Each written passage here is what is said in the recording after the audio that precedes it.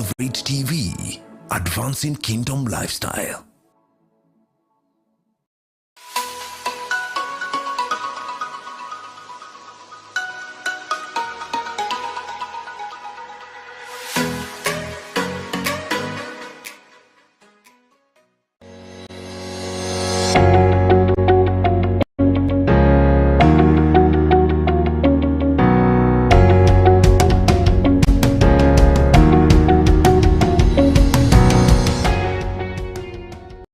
This is the Morning Digest Wednesday edition. My name is Muiruri, and this is Elevate Television, Advancing Kingdom Lifestyle, and this is our subject today. But before we do anything, remember the drill. We are online. The link is already out on YouTube and on Facebook. Please share it out. Remember, as we always say, what you don't share, you can't, you can't impact. So take your time and let's put it on your groups, put it in your friends groups, in your work groups, and all that, and all the groups you belong to. And those of you on Elevate Television, you can also go to YouTube. By the way, if you've never liked Elevate Television Kenya, Elevate TV Kenya, please like it and subscribe. There are good things coming your way, and we hope that you become a beneficiary of the same. Wow, today we have something. Today we go wild. I have a great guest. Sammy Mwongera is in the house. He's the chair of the leisure, what you call, I know you don't know about it, is the Leisure and Touring Commission in the Motorsports Federation of Kenya.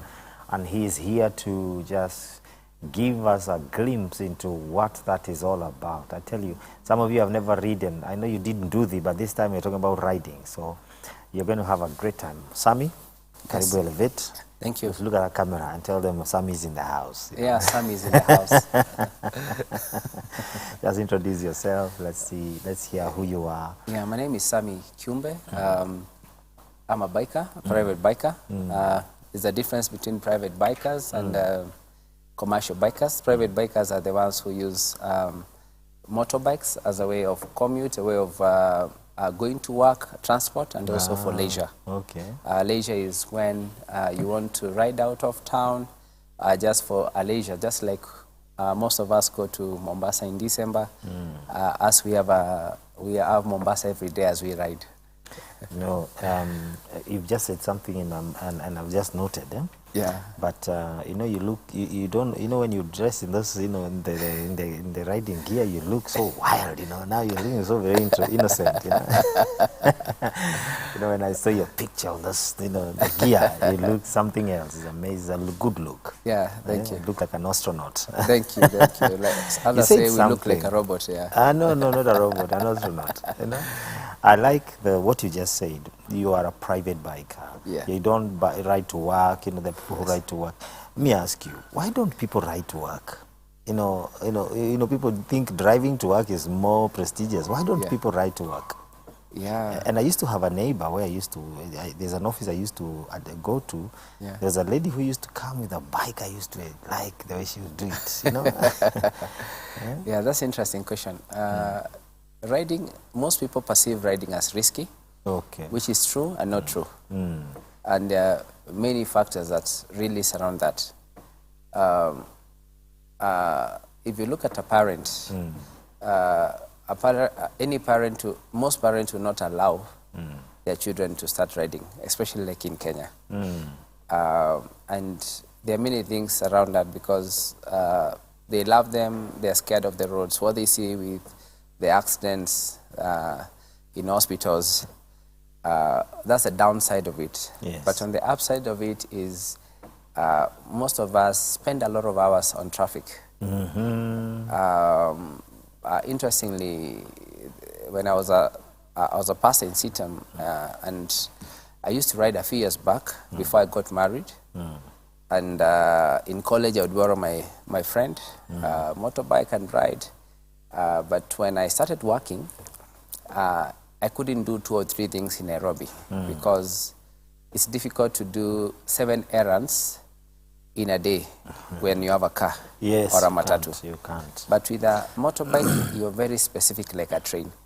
If I want to be in this place in 5 minutes, you'll be there. But with a car, you have to look on Google, look at the red, you have to failed so many. So there are so many advantages that people have not discovered. And at first it's risky, but those who have taken up the challenge. Yes. And again, you look good, eh? Like Cool, you know. you look good. You have full-time AC, the wind. You Yeah, know, I tell you, full-time AC. very good engine noise. It's fun. You mentioned you're a pastor. Yes. So would you ride, come in with the Bible, in the church, and the guys, we are opening Matthew. Yeah, that was difficult because pastors are presumed to be in a tie, to live in a certain lifestyle. So when I started off,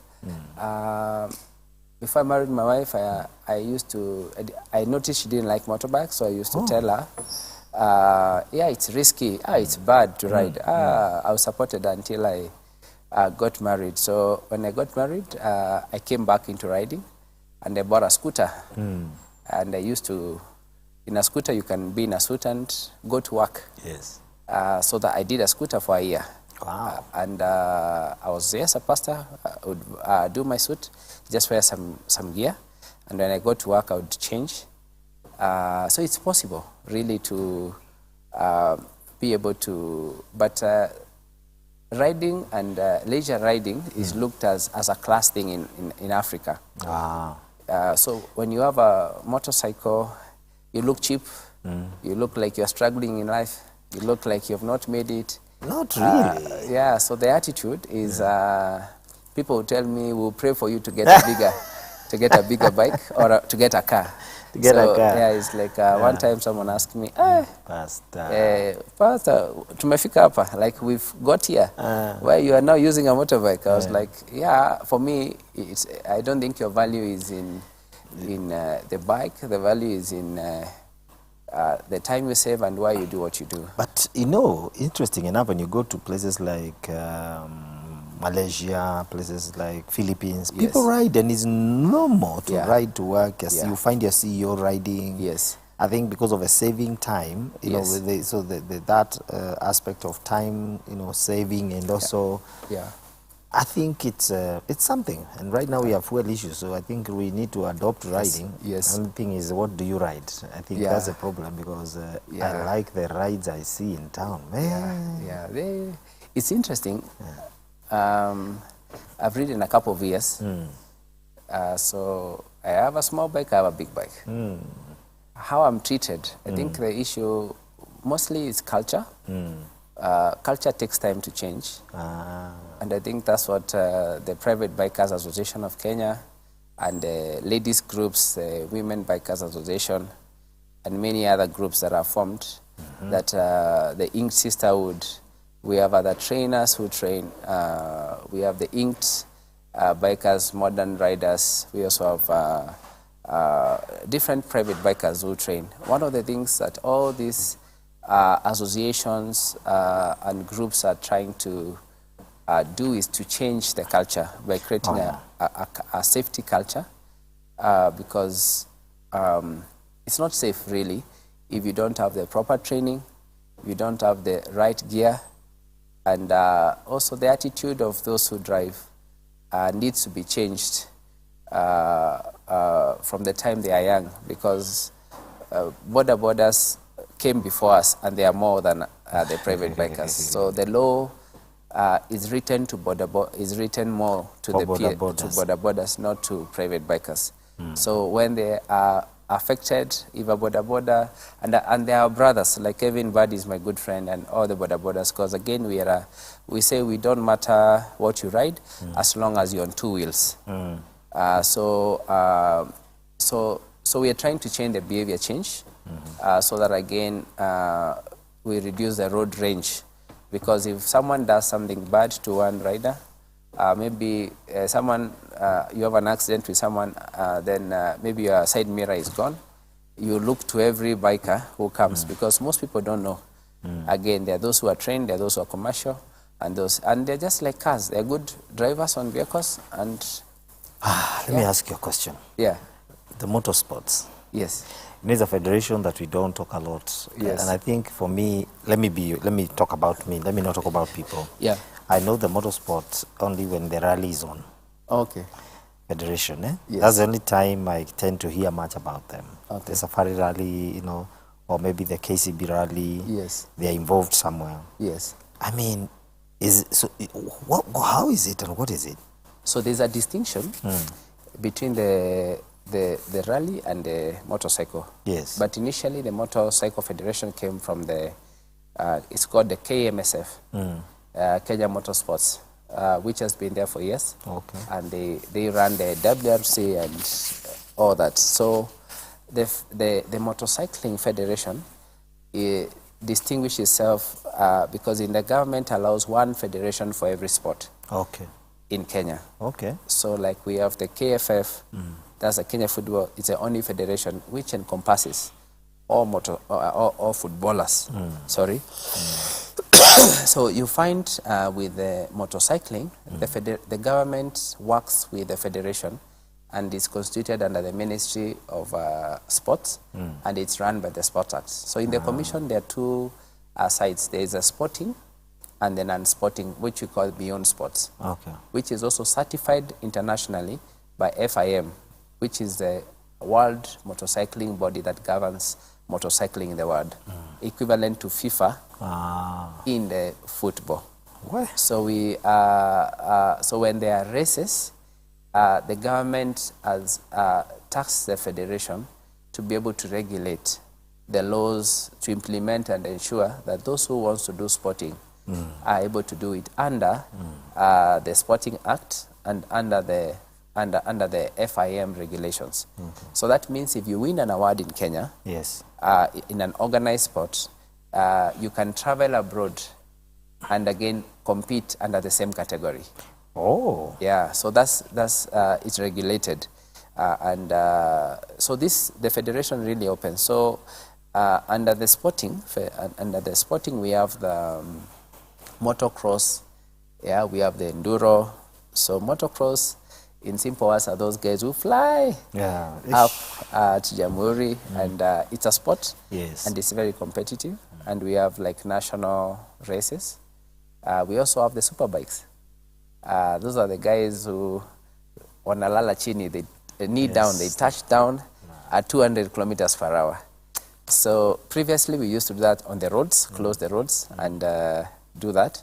But now with the safety, you know, we've appreciated the safety, and we moved to the trucks. Okay. And we have one of our parents who has given up 80 acres. His son used to ride with us a few years ago. It's called James Quest. And his dad started a foundation and said, I was to give this land or do something. So he opened a foundation in memory of, and we are hoping that we'll put up a track there that is a bit longer and more standardized. Yes. Yeah. So then the Beyond Sporting is now where I sit. So that is just in charge of all the leisure rides.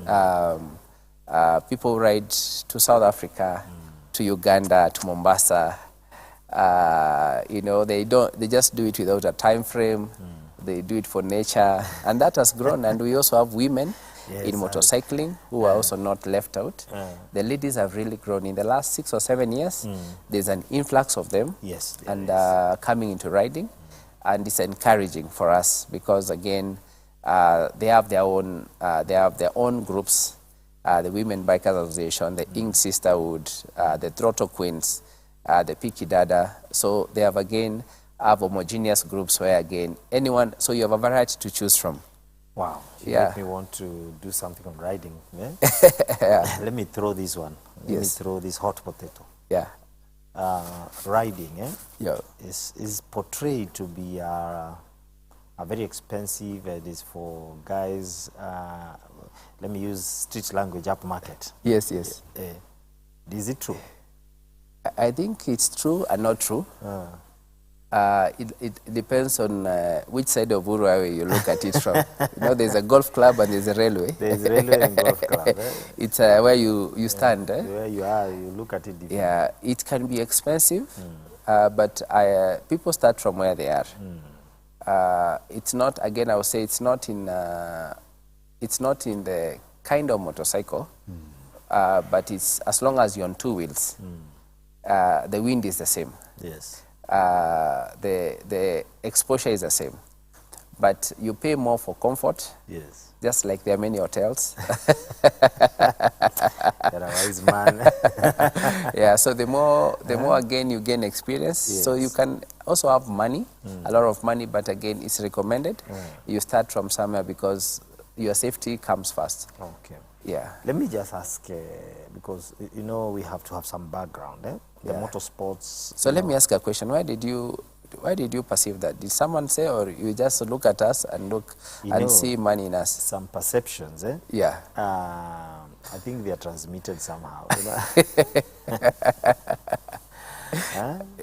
They are transmitted. Yeah. And maybe the bikers themselves make it look like that. Ah, you okay. know? Okay. Maybe, yeah, because I think so. I think it's a perception. Yeah. But also, both parties have not helped Yeah. to demystify this thing, you know? Yeah. Yeah. Because when they're in a group, you don't see undo thee. Yes. Yes.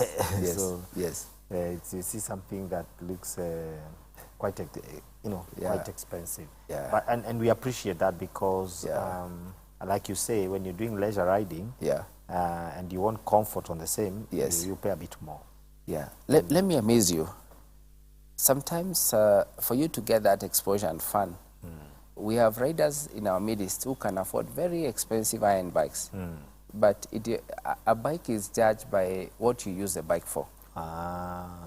So if you are going to work, a small bike is more practical. Yes. Because here you're looking at lane splitting, passing in between cars and getting to work. You're looking at fuel, you're looking at safety.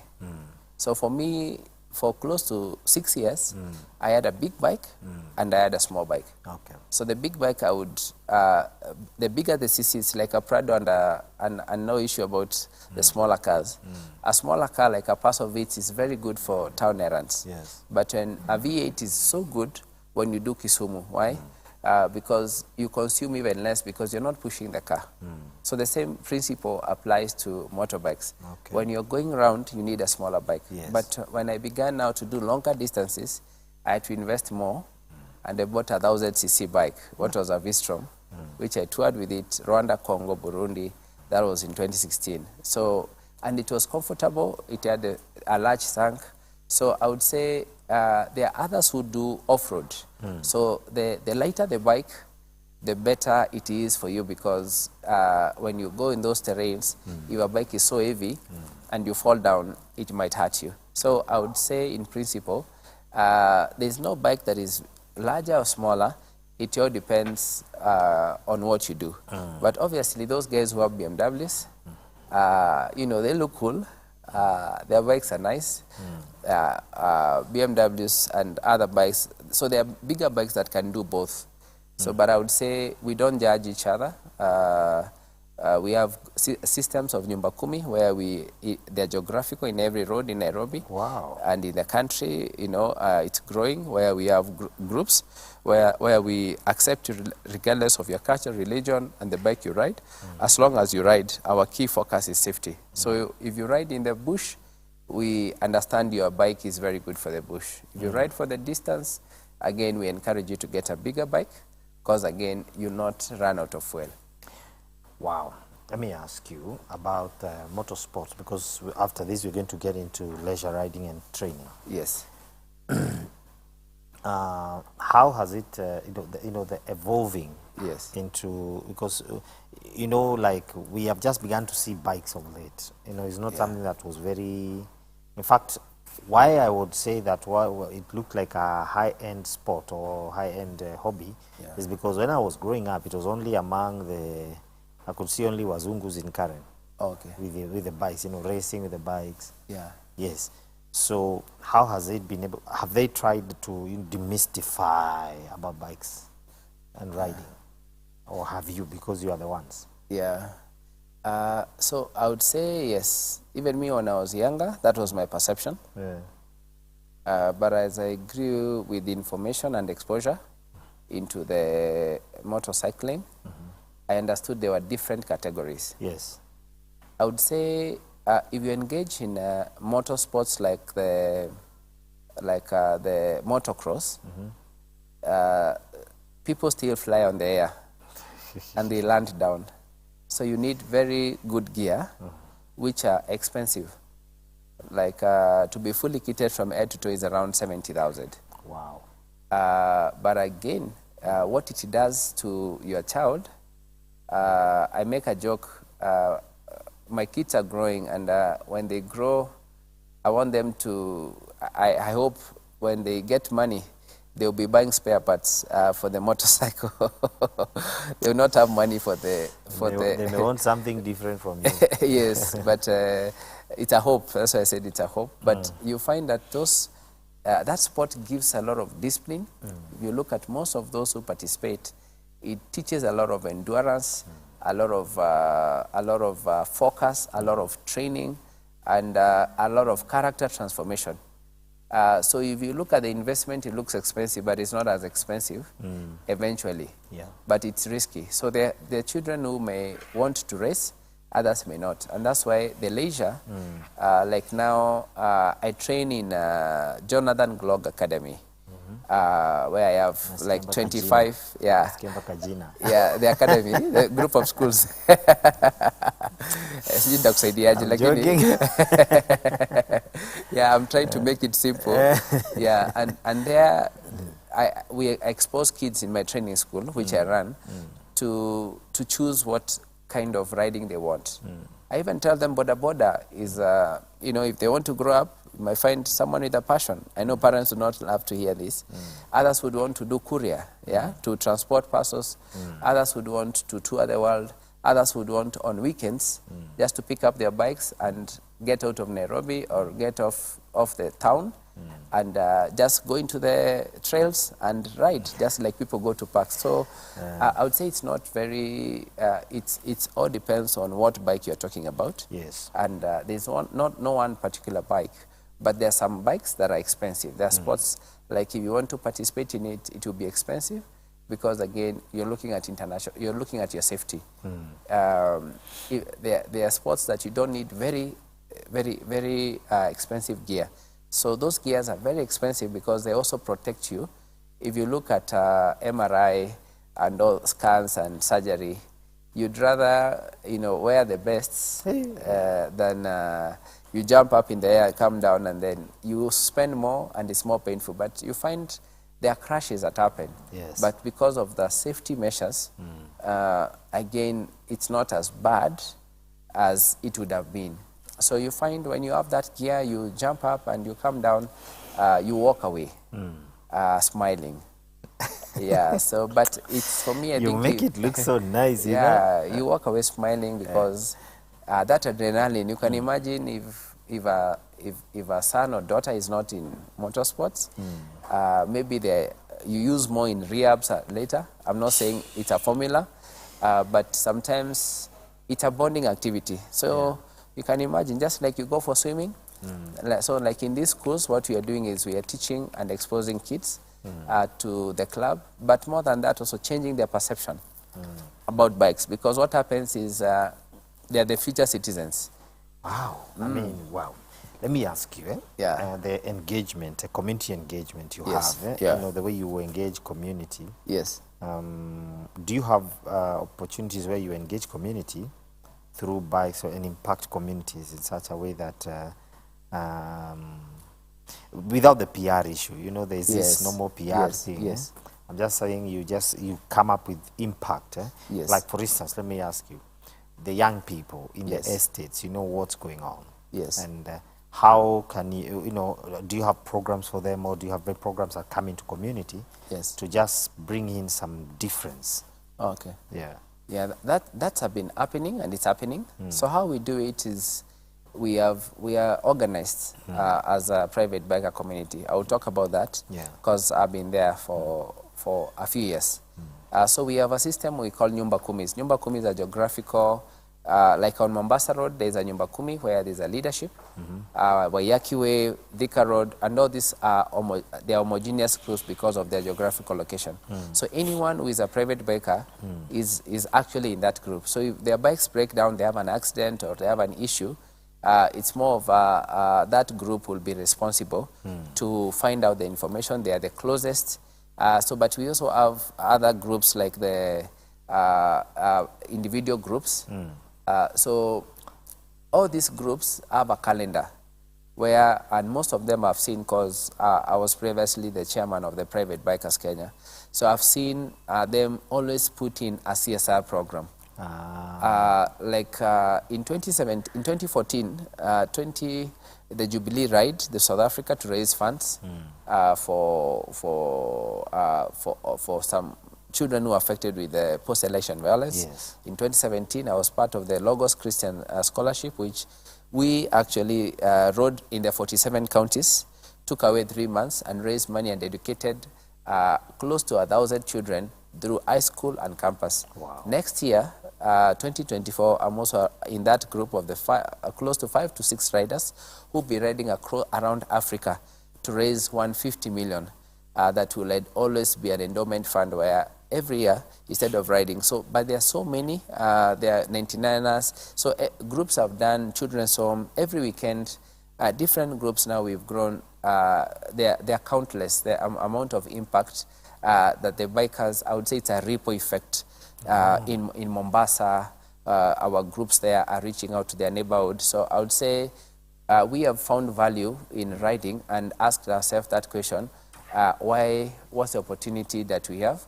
And we have formed network with the police, with hospitals, and we've tried to change the mentality of people who drive, because people see us as gang members, people see us as guys who, so when someone hears a pastor is in this, you're a pastor and you ride, you're not serious. You need to find your north, your north point here. So I would say we are coming from a place where we are perceived wrongly, and we're not trying to prove a point, but again, we have engineers, we have pilots, we have different people.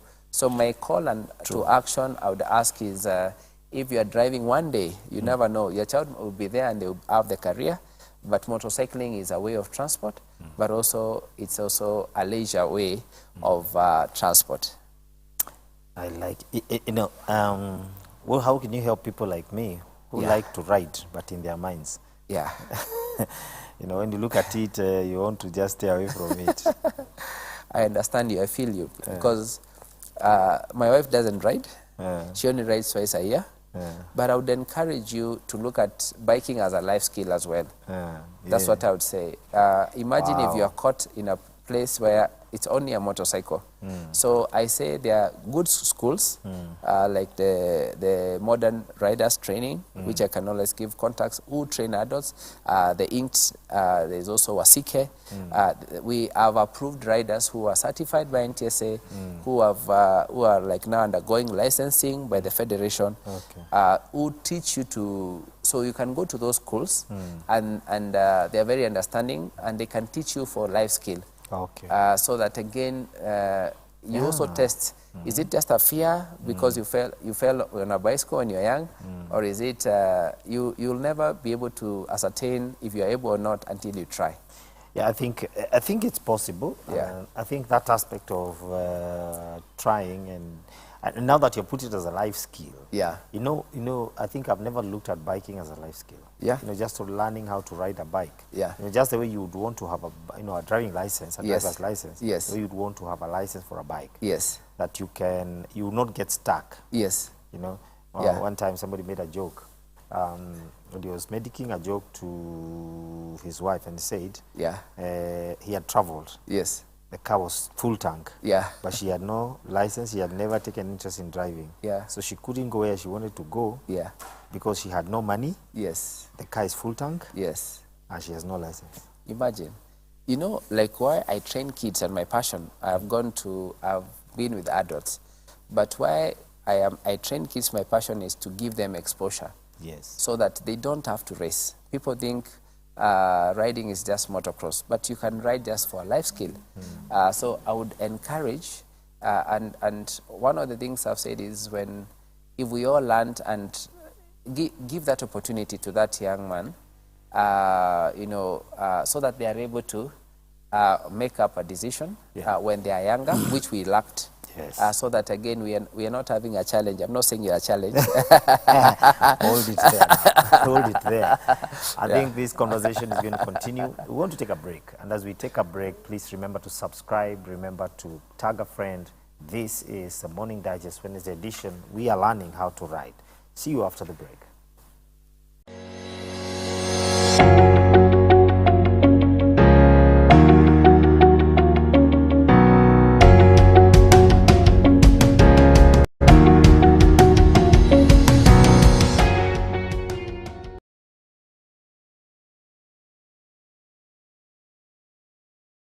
Apostle David and Pastor Asante Juma invites you to the Assembly 2023. This is a joint family service for Life Church International and affiliates, but also open to the body of Christ. This year's assembly takes place on 27th August 2023, 10 a.m. to 3 p.m. at the Moi Educational Center, Muiruri Road, Nairobi West. The theme of the meeting is drawn from 1 John chapter 1 verse 3, that you may have fellowship with us. This family service will be broadcasted live on Elevate TV and Life Church International's Facebook and YouTube pages. The Assembly 2023. Come and fellowship with us.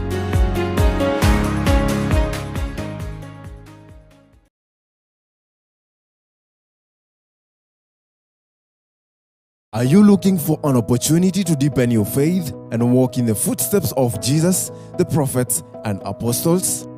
Join us on a trip to the Holy Land of Israel from 1st to 10th November 2023. Israel is not just a beautiful country, it is the land of the Bible, of milk and honey, the land of miracles, and where our Savior Jesus Christ was born. This is an opportunity to experience your Bible come to life, to see where the foundation of our faith all began, and visit sites where Jesus did miracles. The total cost for this experience is $2,350 US. Make a deposit of $500 US via NCBA Bank Paybill number 880100, account number 6414090018, account name Ozima Investment Limited. For more information, call Esther on 0717 662 542 or Charlie on 0700 412 045. Join us on this unforgettable journey to the Holy Land of Israel. Let's experience the living Word of God together. Don't miss out.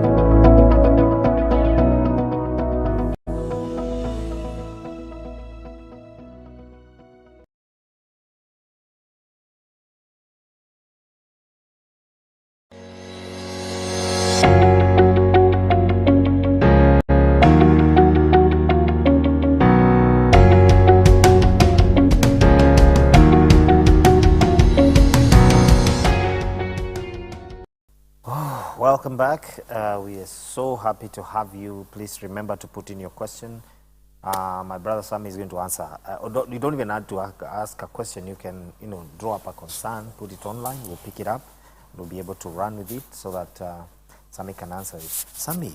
Yes. Before we went on a break, you were talking about life skill, riding as a life skill. Yes. I think you need to amplify that one. Yeah. Because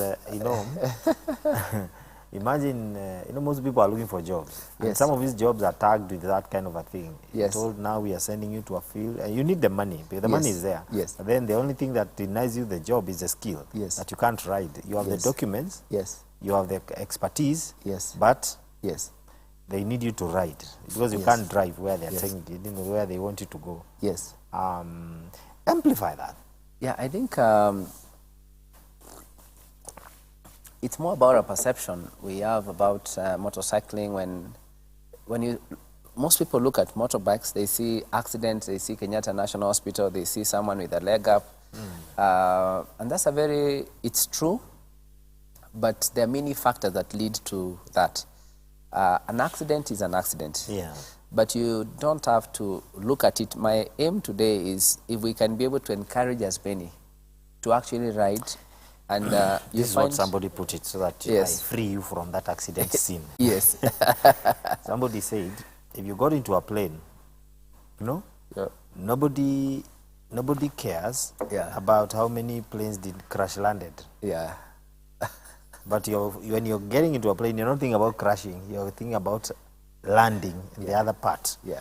So it's the same with a bike, I think, or maybe this doctor who, there is always a first time anyway at the end of the day, because there's this nurse. Imagine if you went to hospital and the nurse told you, "By the way, you're my first patient.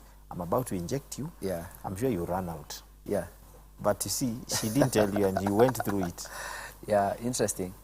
You know, when you talk about accidents, allow me to just diverge a bit. I'll answer the life skill question. But we, the guys who drive, are the same guys who cause these accidents. Sometimes an accident can be caused because of a rider's negligence, but it can also be caused because of a driver who has a car. We call them cagers. They are caged as we are free. So a cager, allow me to use cager for these purposes of this discussion, is a cager may actually, like 2-3 days ago, my friend was riding from Embu, and someone overtook wrongly, saw a motorbike, but because of the wrong attitude we have about motorcycling, you find that you don't see who is behind the helmet. You don't see, this might be your brother, this might be your sister. Yes. So you can see a motorbike, but instead of braking, you proceed on. It's very funny. If you go to these Nakuru roads, Mombasa, you find guys overtaking buses, overtaking carelessly. And even when they see an oncoming car, they don't back until you get to a point of no return. That's when you either get into the bush and got accidents. So I would say there's a lot of accidents, and it's true. And I know that's not my work. The National Transport Authority, NTSA, and other stakeholders that we work together with from the association and federation, that they are tasked with the police. They are tasked to handle such people. But again, I would say it's an attitude issue. If you purpose to respect and put a face of someone that you love on that helmet. So I've been a pastor for the bikers, and when they crash, I do barriers. And that's when maybe after the barrier is when people say, from today, I've changed my perception of bikers. I'll begin giving them way. And on our end, we also encourage our private bikers to treat others on the road also with respect and careful, because most of the accidents that happen is road rage, where people are either competing, you did something wrong to someone, like 10 kilometers away, then you are coming to stop, then they come and bash you. Or on the roads, there's so much fighting with the on with what, because of disrespect, not obeying the, but coming again, you don't have to go on the road for you to be a biker. Yes. You know, so that's why some of our riders opt only to ride on the dirt. So they train how to ride, and they carry their bikes on the trailer, and they go out a place where there's no traffic, and they just love off-road. For them, they just love nature. So they buy bikes that may not be BMWs, but BMWs do all that. There are KTMs, there are Honda, there are all these bikes that can be able to do all that, but they prefer. So for me, I would encourage to avoid a challenge. I was talking about a challenge, is look at it and say, go to a training, get the training. Yes.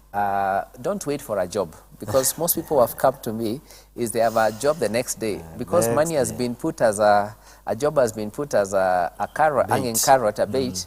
I will tell you, someone will do anything. So guys say, like, train me anything, Annie, I don't care, whatever it takes, whether it is at night, I'll come, but I need to get this job. So that's when I started saying, if they knew how to ride, and they have been my friends all through, they don't have to wait for the last minute. So I always say, use the opportunity. If you're a husband, allow your wife. If you're a wife, allow your husband. If you're a parent, allow your son or daughter to just take it. It's so much fun, and you can never understand why they're doing that. It's a passion. So if they don't want them to go on the road, let them do on the dirt. And there are enough trainers I can give contacts for them to do that. Adrenaline, you know. Starting with you, let me know when you're available, so that we can do off the road where there are no cars, so you have no excuse. You have to give me 2 helmets. Yes, I can. I can. I'm going to try. Yeah, just give it a try. And that day, I'm telling you, it's going to be big news. I normally tell people quotation is free. You can walk into Kempiski and ask for quotation. It doesn't mean you have to eat lunch. And it's not even the quotation per se. I think it's overcoming the mentality. The mentality. Because you see, I honestly have to be honest with you that when I look at the bike and on the road, Yes. I tell you I don't want that thing. Yes. One day, it so happened that where we were going, we needed bikes. Yeah. And so we left our car somewhere, we got into borders. My friend, Yeah. I had to lecture that guy. Tell him, speed ni hii. Usijaribu kitu ushujaa. You know? I feel you. Don't try any stunts on me. I am here. And then another time, Yeah. I also don't drive every day. Yeah. So I decided sometimes where I stay, get in there with a bike, come out. Yeah. So I was going on a bike, and then I get this guy, and then I smell alcohol. I just came off, told him, boss, you Wow. can carry me. Yeah. You can't. Yeah. He's very angry, but I told him. Let me pick up that. You have a rider, boda, who has taken alcohol, and you are getting on top of at the back of that bike. We call you a pillion. Someone who is who is not riding, who is a passenger. You're being pillioned. Just imagine if you knew how to ride, and that bike and that boda was the only option you have. You risk your life, and you may not get to your destination. Why? Simply you don't know how to ride. You don't know how to ride. So that's why we're saying today, learn how to ride. Is if you add the life skill, you can reason with this rider. I've been in a similar situation where I see this rider is careless. They don't know how to change the gears. They are going with high gears uphill. And you know, if you hear the story of borders, is as they're processing a loan, they're practicing with a friend. By the time the loan is up, they're on the road. You ask me. And that's why so there are things that we have less control about. You have no control about the person you'll find and the experience. But you have control about yourself. So if you learn how to ride, in such situations, you can even tell the border, like I've done that several times. I will pay you twice the amount, but allow me to ride. Because at the end of the day, what you want is to arrive. Yes. And arrive safely. Yes. Yeah, so for me, I would encourage anyone, just take it like a life skill. The ladies have amazed me. In the last couple of years, we have close over 200 or 300 ladies who have actually, and they look good.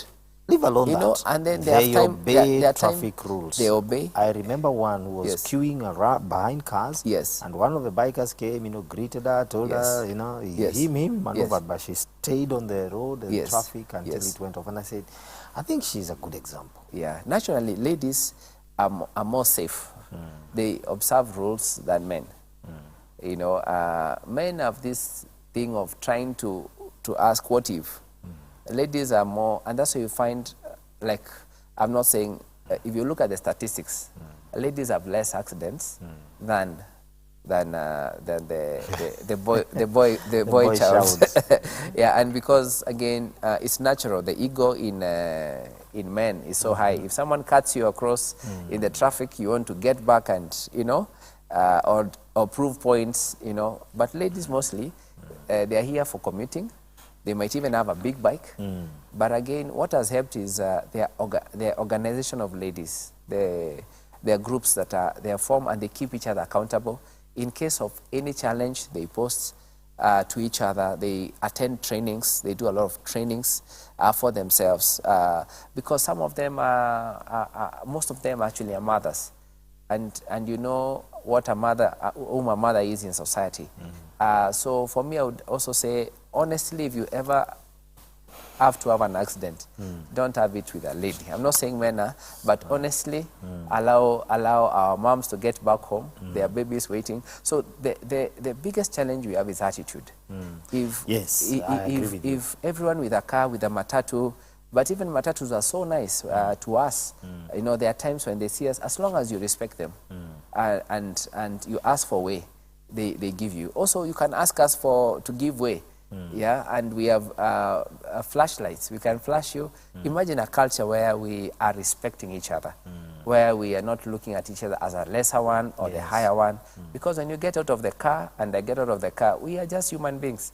But you might have a lorry and you look very high. I have a small bike, I look so low.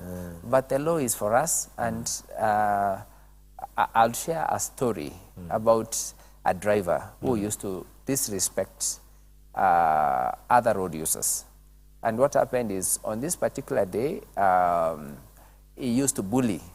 He had a truck and used to bully matatus on the road. And what happened one day, he left home and the wife was home, and then the wife decided to take a matatu. And along the way, he bullied that matatu and crashed the car. Oh my. Not knowing that the wife was in it. It was a turning point for them. But do you really want your family or your wife to die for you to respect road users? So for me, it's like, phew, look at it as your mom was there, that was your dad, that just changes you. And then you respect. I And think either respect way, and road etiquette is very key Yes. to even our survival, even those with whom you are called caged. Yes. It's very, the caged guys. Yeah, they're caged, they can't. It's very key because, you see, I think that attitude problem is what kills very many people. And the rage, you know, somebody did something a few kilometers back, you're coming, you're zooming through them, you're pushing them out of the road. And all that, I think it's bad. Let's leave that. Yeah. You train children. Yes, I train children. That's what, because now you said you can train big people like me. Yes. Let's talk about children. Yeah. You train children. How, you know, how did you get into training children, you know? Yeah, it's an interesting You're story. an interesting man. I think when I listen to you, you're a very interesting guy. It's an interesting story. I was just looking for a motorcycle. You know, when you're not able to achieve your dreams, you want to live your dreams through your children. So I was like, the things I did not have, the toys I was not bought for, I would try and buy my children. So I was shopping around, and during COVID, and that's when, so for the many years I've been a private biker. I've never done biking for commercial purposes. But what happened was someone had run a company and he was giving up. And he had a fleet of 11 bikes, all the gears, and used to train motocross. So he approached me. I approached him for one bike and he told me to buy the whole company. Oh. Yeah, he cannot sell me one bike. So that's our interesting story.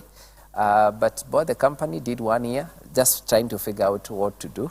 But eventually I found out that there is a leisure group.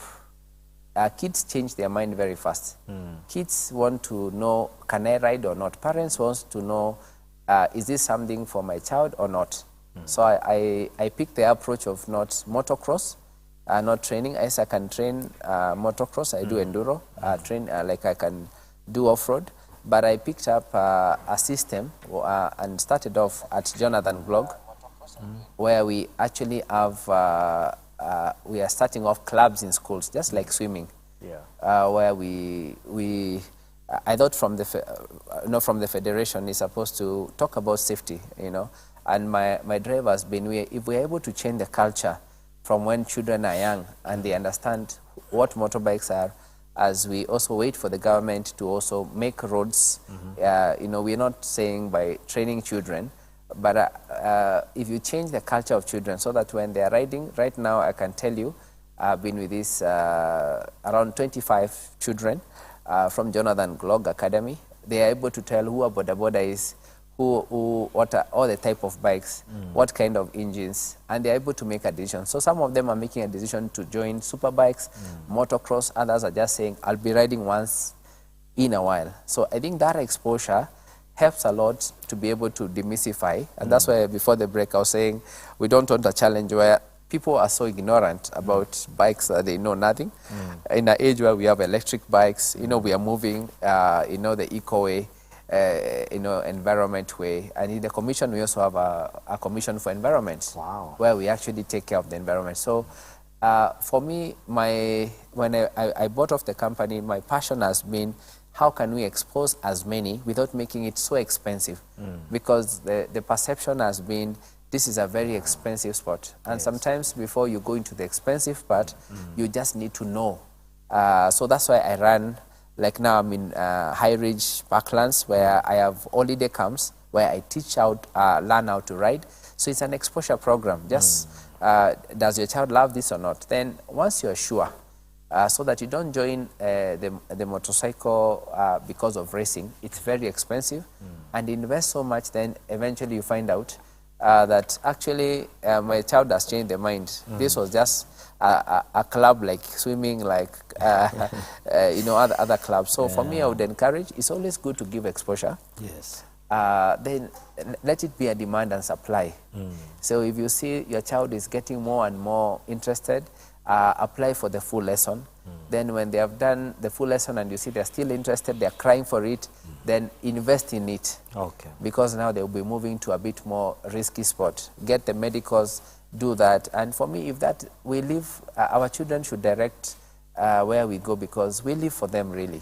We work, we pay rent, we pay all this school transport. Honestly, it's for them. So that again, they are all rounded. So I would encourage you, if there are those signs, but don't push again. We live in an age of social media where people do things for the sake of showing friends. Don't push your child into something that they are not passionate about. So let it be a demand and supply curve. So for me, that's what I do. I love it, and I would want to retire now.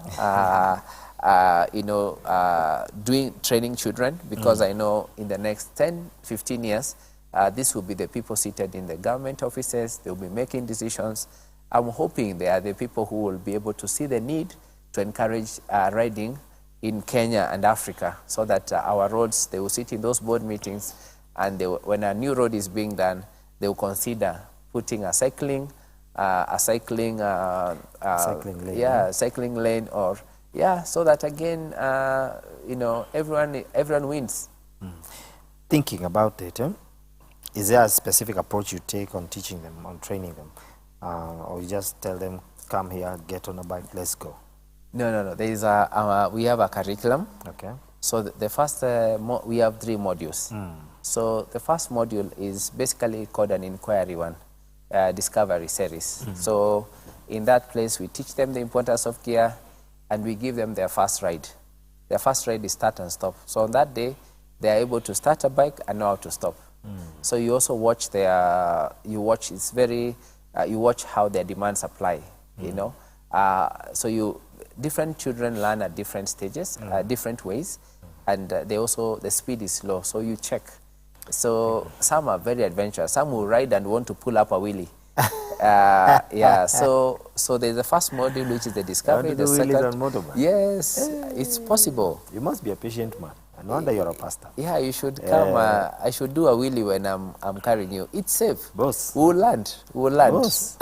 But allow me. So there's a discovery. There's also intermediate, when now they want to own a bike. So once you're so sure they have been trained, and maybe you want to buy your own motorcycle, then we also have a module where we train so that the child can ride independent of the instructor. Then now, after riding the motorcycle, so safety is very key. By that time, a child is ready now to race. When they have owned, they have ridden for a while, you can tell they have traits of competition. So then now I recommend you we have different providers, like the off-road school in Adventure, in Karen. They have a truck. They also train kids, and they prepare them, and we have so many other trainers who actually prepare children for motocross racing. So then, and you might be amazed that your child may win an international, just like football, like get a scholarship, So for me, I would say it's not a hard to try. Just try it and see. But the module that we give, it's a discovery series, which I encourage many to discover, so that you don't live in doubts. Yeah, because most kids learn how to cycle. They love to cycle, and they have learned how to cycle. So, yeah. Let me ask you this, because it's important that how technology, innovation, how will it impact, and how has it impacted in the riding community? Yeah, I would say. And I'm glad you just mentioned that there are what you call electric bikes have come in.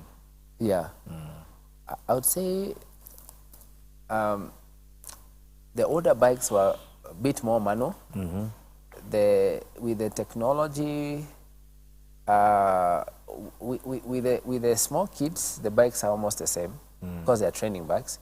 But with the other bikes, like the BMWs are the most sophisticated in terms of technology, but they even have an app Wow. where you can learn how the lean angle, if you have leaned, what distance you have covered, how many minutes you have stopped on the road, even the KTM, even the Honda, even the Yamaha, you know, I'm not here to promote any brand, but all the newer years, like 2 years ago, 3 years, technologies advance with age. Yeah. So what happens with manufacturers, they get reviews online and they keep improving the motorcycles. But also in terms of training, I would say there's so much information out there.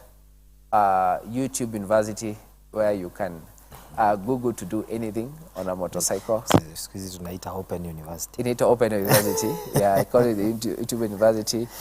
You can actually access information on different bikes, helping you make a better choice. And again, even trainings, you can see what people are doing.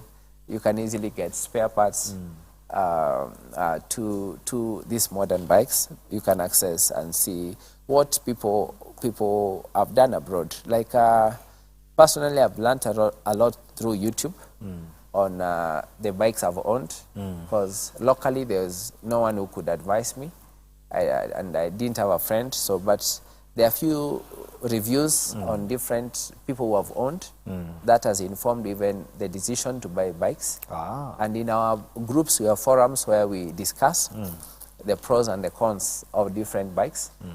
So there are also different, just like cars. People who say, for me, I love this because of this, I love this because of this. So the technology, I say, has really impacted, and maybe on a positive note, advanced Do you motorcycle. have auto bikes, automatic? You know, Yes. most of them, you know, I know the manual ones. Yeah. So do we have automatic bikes? Yeah, interesting. We have the Honda African Twin, which has a DCT for the bigger bikes end. That one I know. Yes, there are also bikes that are automatic, and scooters. Most scooters are also automatic. Okay. But we have bikes with both. Wow. We are about to close. Let me ask you this one, Yeah. long distance. Do Yeah. you do long distance? You know, I used to see, you know, I would see a whole caravan going to Naivasha on you know, going all this way. Yeah. Do you do those kind of things? Yeah, I would say I do, and there are many. I also I represent Kenya in the leisure and touring in Africa. Wow. Yeah, there's the motorcycling governing body. So we actually have riding groups in all the countries, like in Africa. I'll talk about Africa, where I sit in the board. And we have international rides. Like next month, we have Ugandans who are coming for the Concours de Lagans. So the association, led by their chairman, Larry Lawrence Bagara, they plan for the many years. We have close to 30 to 50 bikers who ride to Naivasha to go and pick them. These guys ride all the way, but they are doing a circuit around East Africa. But not to least, as I close, there's one of us who's called Abdizila. Abdizila, who just recently did a trip and has done a book. He did a trip to South Africa, to the Capricorn. He's covered places I would never, and I've never gone, on a BMW 1250. And, you know, it's expensive, costed him a bit, but the experience he has got will last him forever. So he was riding off the road 700 kilometers a day. Yes, that's like Marsabit to Lamu, you know, across the 700? Yes, 700. Not 1 day, not 2 days, you know. It's very tiring, eh? It's very tiring, but fun enough. It looks tiring, but it's very fun. So I hope one day you can have him in this place and ask him just to give us the experience. And I think the more exposure you also give us, like you've given me, I'm grateful, we'll be able to, again, discover more about long distance. Wow. So let me ask you, there's a question I ask everybody who sits there. Yeah. This one comes every Wednesday. Yeah. Do you do mentorship? Could you take somebody and just bring him, you know, somebody, you know, would you mentor somebody into the riding world? Yes, we do that. And I did that when I was a leader. I was, You're still a leader. yeah, when I was a leader in the association. And I've mentored so many. I think I've a number. And what I realized is you mentor, when you replicate yourself and others replicate themselves, you reach more. Yes, it's true. So the smaller groups we have, like the Nyumba Kumis, are the places where we, even if you came today, you'd go to the school, then I would put you in a group where, again, you can always learn from others. Okay. So in those groups, mentorship happens. So don't be scared to join because we have enough mentors. All right. Because of time, let me ask you, you need Yeah. to tell us about the school, where you can be found, and Yes. how we can contact you. Just look Yes. at the camera. Good. So we at High Ridge Parklands, that's where we have Olile camps, and we are there every evening between 4 and 6 p.m., where we actually train. We do the discovery series, where we actually give an opportunity for you to discover. And if your child is interested, then we enroll them in a program. So we have a link, which I would share. Yeah, please You sign up. How you sign up is you click on the link and you fill in your details, and you post, you do everything, all the information is on the link, and then we communicate to you, and you get a booking date where you can come and try. And yeah, let's have fun. So how do I contact you? Yeah, we have a phone number, Yes, please. which I could share. We have 2 phone numbers, 0715 999966, and then again 0715 999955. So those are the numbers. Go again. Yeah, 0719 0719 999966. So what is changing is the digit at the end. Everything else is the same. Then 0715 9999 and 66. Wow. Yeah. Shoo. Yeah. So What a day. amazing. It's just an amazing game. Even your number. So when are you starting to ride? Just for life I'll skill. talk to my director. Yeah. To We'll get you a good insurance. Well, I think that's well said and done. Yeah. Thank you, Sammy. I think really just to get you here Yeah. was quite a favor for me. Yeah, I'm glad thank to you. just have met you. You are such a fun guy. Just to Yeah. be with a few minutes, Yeah. already Yeah. it's fun. We'll promise that if what we can do, please let us know. Yeah. Let us know what we can do. If you can use Elevate TV to, just to highlight more what you're doing, let us know. We are grateful. And I think I told your former biker the same. So Yeah. you are the second biker I've told the same. Yeah. So we have the opportunity. Elevate is here to it's a Christian station. Yeah. But we are willing to do whatever we can Yeah. to help people. We are. What you need to know is that people are watching you all over central Kenya. Yes. Kajiado. Yeah. Machakos. Yeah. So we pray that this goes out to be a better, eye-opener to many people. Yes. So we really thank you, and let us know when you're coming back. Okay, thank you. Thank you for Thank coming. you so much. Yeah, Well, nice that's all having we you. could have with Sam. This has been a great day. It's been a great exposure just to learn about biking, the Motorsports Federation, and other things. In Kenya, there's so much fun things we can do. Remember, even your children can be exposed to riding, and safe riding for that matter. And there's also leisure and skill riding. I mean, this is amazing. Yeah. I would love what we have learned today. Hope you keep it elevate. Great things are coming. I want to encourage you one more time. Please subscribe on YouTube, subscribe on Facebook. Make sure that you are part of the Elevate movement. We are bringing up great things are coming, new shows are coming. But most of all, remember, if you feel you have a comment, you have a view, there are numbers on your screen right now. You can WhatsApp, don't call, WhatsApp, and you just send us your comments, send us your, anything you'd want us to get to note. Even if you're doing something wrong that you feel we should correct, let us know. We are here for you, and that's why we are producing. God bless you. Have yourself a wonderful day. But remember, keep it elevate. God bless you.